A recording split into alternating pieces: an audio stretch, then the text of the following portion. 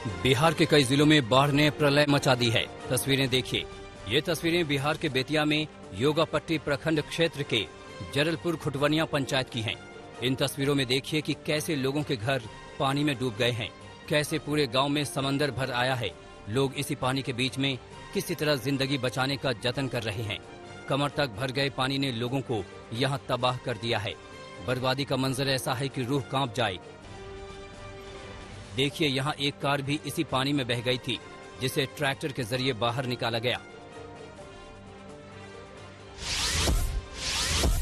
बिहार के सहरसा में बाढ़ की ये तस्वीरें दहशत में डाल देने वाली हैं। तस्वीरों में देखिए कि कैसे इतने भयानक जल बहाव के बीच लोग रस्सी के सहारे अपने आशियाने तक जाने के लिए मजबूर हैं। यहाँ गंडक नदी ने जमकर कहर बरपाया है। सुगौली के आसपास के इलाके पूरी तरह से डूब चुके हैं। रास्ते बंद हैं और लोग कमर तक पानी में यूं ही जीवन जीने के लिए मजबूर हैं। लोगों की नाराजगी इस बात पर है कि इनकी सुध लेने के लिए न तो शासन न प्रशासन कोई इनका हाल जानने के लिए नहीं आया। बिहार के नालंदा में भी बाढ़ ने दस्तक दी है। लगातार हो रही बारिश ने पंचाने नदी का जलस्तर खतरे के निशान को पार करा दिया है। आलम यह है कि सलेमपुर इलाके में 50 से ज्यादा घरों में बाढ़ का पानी घुस आया है। लोगों की गृहस्थी पानी में डूबने लगी हैं। बाढ़ ने यहाँ रहने वालों पर भयानक कहर बरपाया है। करीब 350 बीघे में फैली भिंडी, बैगन और बोरा की फसलें पूरी तरह से पानी में डूब गई हैं। हबीबपुर और जलालपुर मोहल्ले भी पानी में पूरी तरह से लबालब हैं। उत्तर प्रदेश के बिजनौर में भी बाढ़ ने हाहाकार मचा दिया है। तस्वीरें देखिए। बिजनौर के मंडावर और चांदपुर इलाके में बाढ़ ने प्रलय मचा दी है। यहाँ बाढ़ ने सैकड़ों बीघे में खड़ी गन्ने की फसल को तबाह कर दिया है। आलम यह है कि पानी की वजह से पशुओं के चारे का संकट पैदा हो गया है। वहीं पिछले 3 दिन में एसडीआरएफ और सुरक्षा कर्मियों ने बाढ़ से 95 लोगों को सुरक्षित बाहर निकाला है। पश्चिम बंगाल के हुगली में बाढ़ ने भयानक तबाही मचाई हुई है। यहाँ आरामबाग इलाके में चारों ओर पानी ही पानी दिखता है। गंधेश्वरी और द्वारकेश्वर नदियों ने यहाँ आसपास के इलाके को जलमग्न कर दिया है। दर्जनों गांव पानी की भेंट चढ़ चुके हैं। पानी ने करोड़ों की संपत्ति को तहस नहस कर दिया है। हालात इतने बुरे हैं कि कमर तक पानी में लोग तैरकर अपने घर तक पहुंच रहे हैं।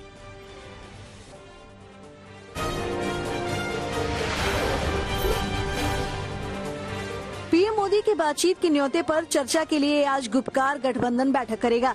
बैठक के बाद पीडीपी नेताओं के पीएम मोदी के साथ सर्वदलीय बैठक में शामिल होने को लेकर फैसला हो सकता है। रविवार को पीडीपी अध्यक्ष महबूबा मुफ्ती ने पार्टी नेताओं के साथ बैठक की थी, जिसमें कुछ नेता बैठक के जाने के पक्ष में थे, जबकि कुछ इसके खिलाफ।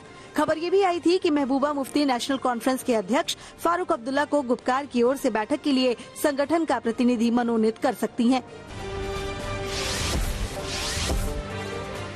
आज तक से बातचीत में नेशनल कॉन्फ्रेंस अध्यक्ष फारूक अब्दुल्ला ने कहा कि पीएम की बैठक के लिए उन्हें केंद्र सरकार से अभी न्योता नहीं मिला है।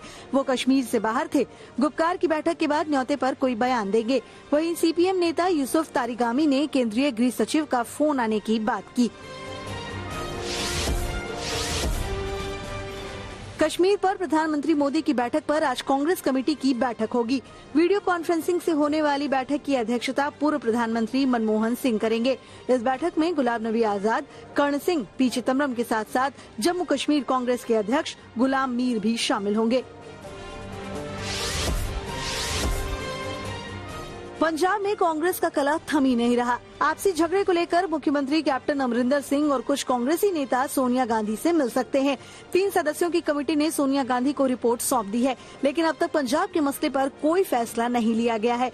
नवजोत सिंह सिद्धू ने अपनी ही सरकार के खिलाफ मोर्चा खोल रखा है। उनका आरोप है कि कैप्टन का कांग्रेस के कई नेताओं और विधायकों के खिलाफ बेरुखी वाला रवैया है। बिहार के मुख्यमंत्री नीतीश कुमार आज दिल्ली आ रहे हैं। माना जा रहा है कि केंद्रीय कैबिनेट के विस्तार से पहले वो प्रधानमंत्री मोदी से मुलाकात करेंगे। वहीं जेडीयू नेता लल्लन सिंह ने इन अटकलों को खारिज कर दिया। उन्होंने कहा, नीतीश कुमार आंख के इलाज के लिए दिल्ली आ रहे हैं।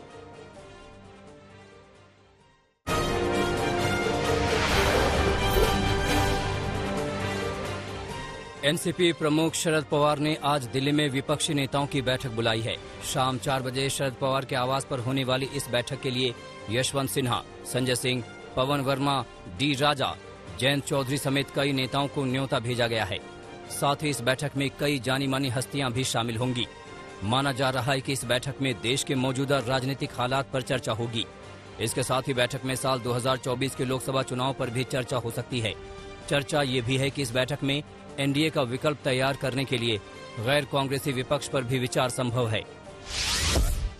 आम आदमी पार्टी के नेता शामिल होंगे, आरजेडी के नेता शामिल होंगे, तृणमूल के नेता शामिल होंगे, हमारे नेता शामिल रहेंगे और ये बैठक में आगामी जो लोकसभा का अधिवेशन होगा उसके मुद्दों पे चर्चा होगी, देश में जो राजनीतिक परिस्थिति है उस पर चर्चा होगी और सभी दलों को एकजुट करने के लिए किस दिशा में काम किया जाए उसकी प्राथमिक चर्चा होगी और धीरे धीरे सभी दलों को एकजुट करने का काम आगे बढ़ेगा।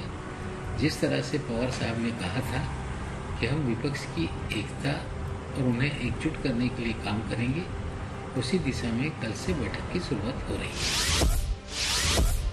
विपक्ष के नेताओं के साथ शरद पवार की बैठक से पहले प्रशांत किशोर एक बार फिर उनसे मिलने पहुंचे। दोनों की मुलाकात करीब 3 घंटे चली। एक हफ्ते में शरद पवार से ये प्रशांत किशोर की दूसरी मुलाकात रही। पश्चिम बंगाल के विधानसभा चुनाव में प्रशांत किशोर ममता बनर्जी के चुनावी सलाहकार थे। ऐसे में शरद पवार की लगातार उनकी मुलाकात काफी अहम मानी जा रही है। यूपी में धर्मांतरण कराने की साजिश के आरोप में 2 लोगों की गिरफ्तारी पर सियासत शुरू हो गई है। समाजवादी पार्टी के प्रवक्ता अनुराग भदौरिया ने कहा कि प्रदेश में धर्मांतरण को लेकर कानून के बावजूद ऐसी घटनाएं हुई, जिससे साफ है कि प्रदेश में पुलिस प्रशासन फेल है। वहीं कांग्रेस ने सरकार पर धर्मांतरण के नाम पर लोगों को उलझाने का आरोप लगाया। आम आदमी पार्टी के विधायक अमानतुल्लाह खान ने गिरफ्तारी को संवैधानिक अधिकारों पर हमला बताया। यूपी एटीएस ने मोहम्मद उमर गौतम और मुफ्ती जहांगीर को धर्म परिवर्तन कराने के आरोप में गिरफ्तार किया है। एटीएस का दावा है कि ये दोनों धर्मांतरण के बड़े गिरोह से जुड़े हैं।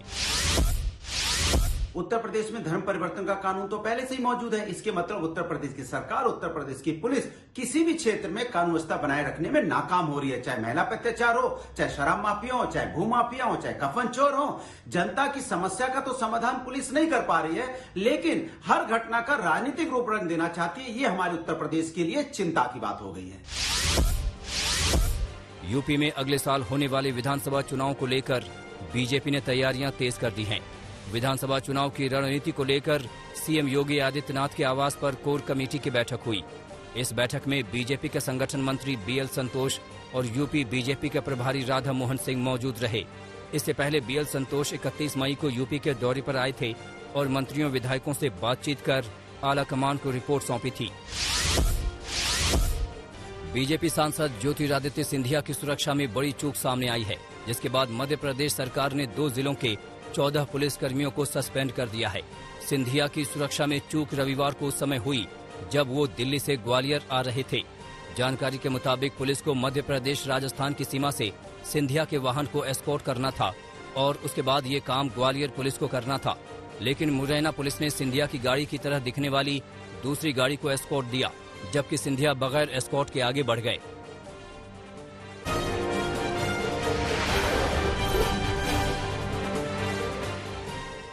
दिसंबर तक सभी को वैक्सीन देने के महाअभियान की जबरदस्त शुरुआत हुई है।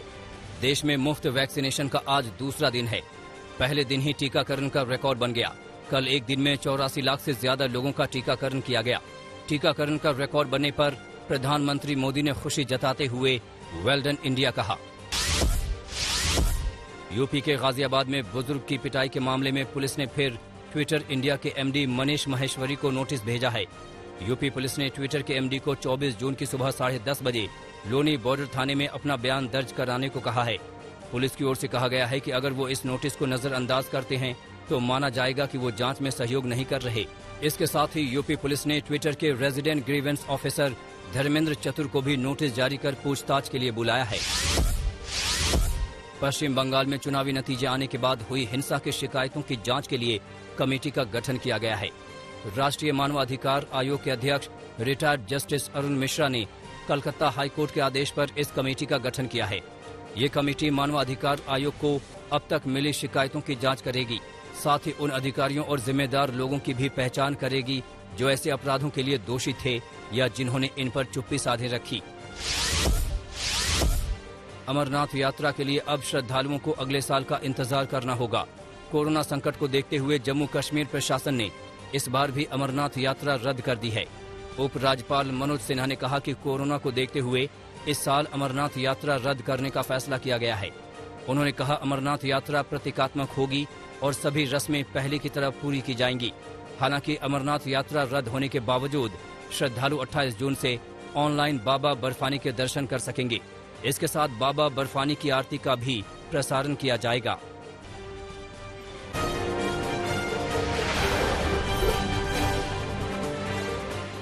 छत्तीसगढ़ के बलरामपुर से दिल दहला देने वाली तस्वीरें सामने आई हैं। तस्वीरों में आप देख सकते हैं कि कैसे एक एक करके 8 लोग इस पेड़ से चिपकते हैं और लोग इन पर डंडा बरसा रहे हैं। पिटाई की ये अमानवीय तस्वीरें डिंडो चौकी क्षेत्र के गांव चेरा की हैं। आरोपों के मुताबिक जिन्हें पीटा जा रहा है ये पंडो जनजाति के लोग हैं। आरोप है कि इन्होंने तालाब से मछलियां चुराई थीं, जिसके बाद प्रधानपति ने पंचायत बिठाई और इन्हें पेड़ से बांधकर पीटने की सजा सुनाई, जिसके बाद इन्हें जमकर पीटा गया। वीडियो वायरल हुआ तो पुलिस भी हरकत में आई। पुलिस की माने तो वायरल वीडियो की जांच की जा रही है। मामले में उचित कार्रवाई की जाएगी। मध्य प्रदेश के मंडला से हैरान करने वाली सीसीटीवी तस्वीरें सामने आई हैं। तस्वीरों में आप देख सकते हैं कि कैसे ये बाइक सवार इस स्टॉपर से टकराते हैं और टकराकर सड़क पर गिरते हैं। जैसे ही ये सड़क पर गिरते हैं इनके ऊपर से ये कंटेनर गुजर जाता है। हादसा बेहद भयानक हुआ, मगर शुक्र था कि कंटेनर हादसे में दोनों युवकों की जान बच गई। दोनों को गंभीर चोटें आई हैं और इनका अस्पताल में इलाज चल रहा है। दिल्ली से सटे नोएडा में एक पति ने अपनी पत्नी का बेरहमी से कत्ल कर दिया। मामला इकोटेक थाना क्षेत्र के हल्द्वानी गांव का है। जानकारी के मुताबिक मध्य प्रदेश के छतरपुर के रहने वाले पति पत्नी दोनों पहले ही अपने बच्चों के साथ नोएडा आए थे। यहाँ पति पत्नी के बीच किसी मामूली विवाद में कहासुनी हुई और मामला इतना बढ़ा कि गुस्से में आकर पति ने पत्नी की धारदार हथियार से हत्या कर दी। पुलिस ने आरोपी को गिरफ्तार कर लिया है।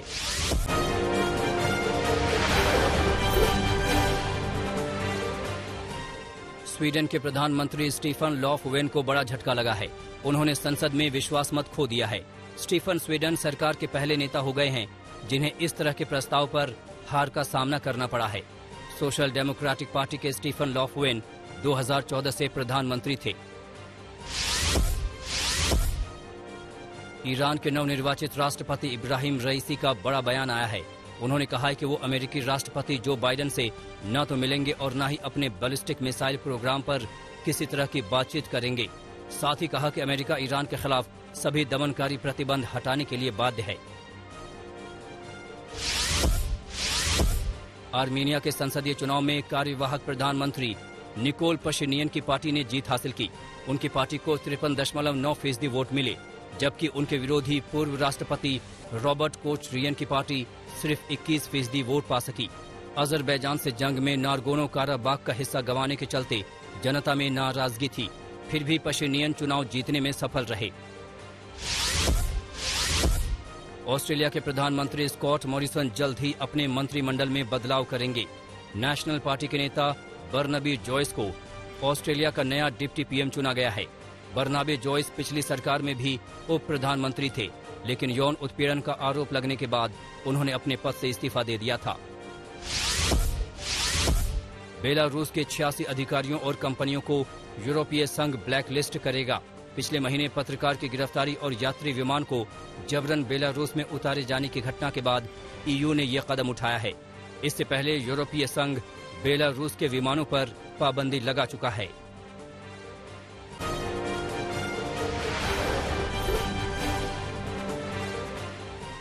अमेरिका के अलाबामा में क्लाउडेड तूफान के कारण आपस में कई वाहन टकरा गए। हादसे में 8 बच्चों समेत 13 लोगों की मौत हो गई। कई लोग गंभीर रूप से घायल हो गए हैं। तूफान के साथ आई बाढ़ से दर्जनों घर तबाह हो गए हैं। अमेरिका के कई इलाकों में तूफान और बारिश से भारी तबाही मची है।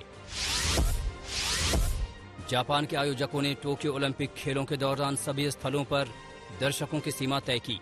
कहा कि स्टेडियम की क्षमता के हिसाब से 50% लोगों को स्थल पर पहुंचने की अनुमति होगी। हालांकि किसी भी स्थल पर 10,000 से अधिक दर्शकों को प्रवेश की अनुमति नहीं होगी। दुनिया में कोरोना के मामले 17 करोड़ 93 लाख के पार हो गए हैं। अब तक 38,83,000 से ज्यादा लोगों की इस महामारी से जान चली गई है। 16 करोड़ 38 लाख से ज्यादा लोग कोरोना को हराकर ठीक हुए हैं। कोरोना मामलों की संख्या में गिरावट के बाद पाकिस्तान के कराची शहर में सोमवार से स्कूलों को एक बार फिर से खोल दिया गया है। छात्रों को स्कूल में एंट्री के लिए सख्त गाइडलाइंस भी बनाई गई है। छात्रों को क्लास में आने से पहले हैंड सैनिटाइजर और फेस मास्क पहनना अनिवार्य है।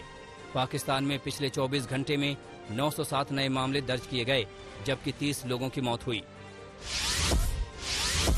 कतर के प्रधानमंत्री शेख खालिद बिन खलीफा ने कहा कि कतर में अगले साल होने वाले फीफा विश्व कप में सिर्फ टीकाकरण कराने वाले लोगों को ही एंट्री मिलेगी। साथ ही कहा कि कतर अभी भी एक सफल आयोजन के लिए प्रतिबद्ध है। बता दें कि कतर में 2022 में होने वाले फीफा विश्व कप को लेकर तैयारियां जोरों पर हैं, जिसको लेकर स्टेडियम में 90% तक काम पूरा हो चुका है।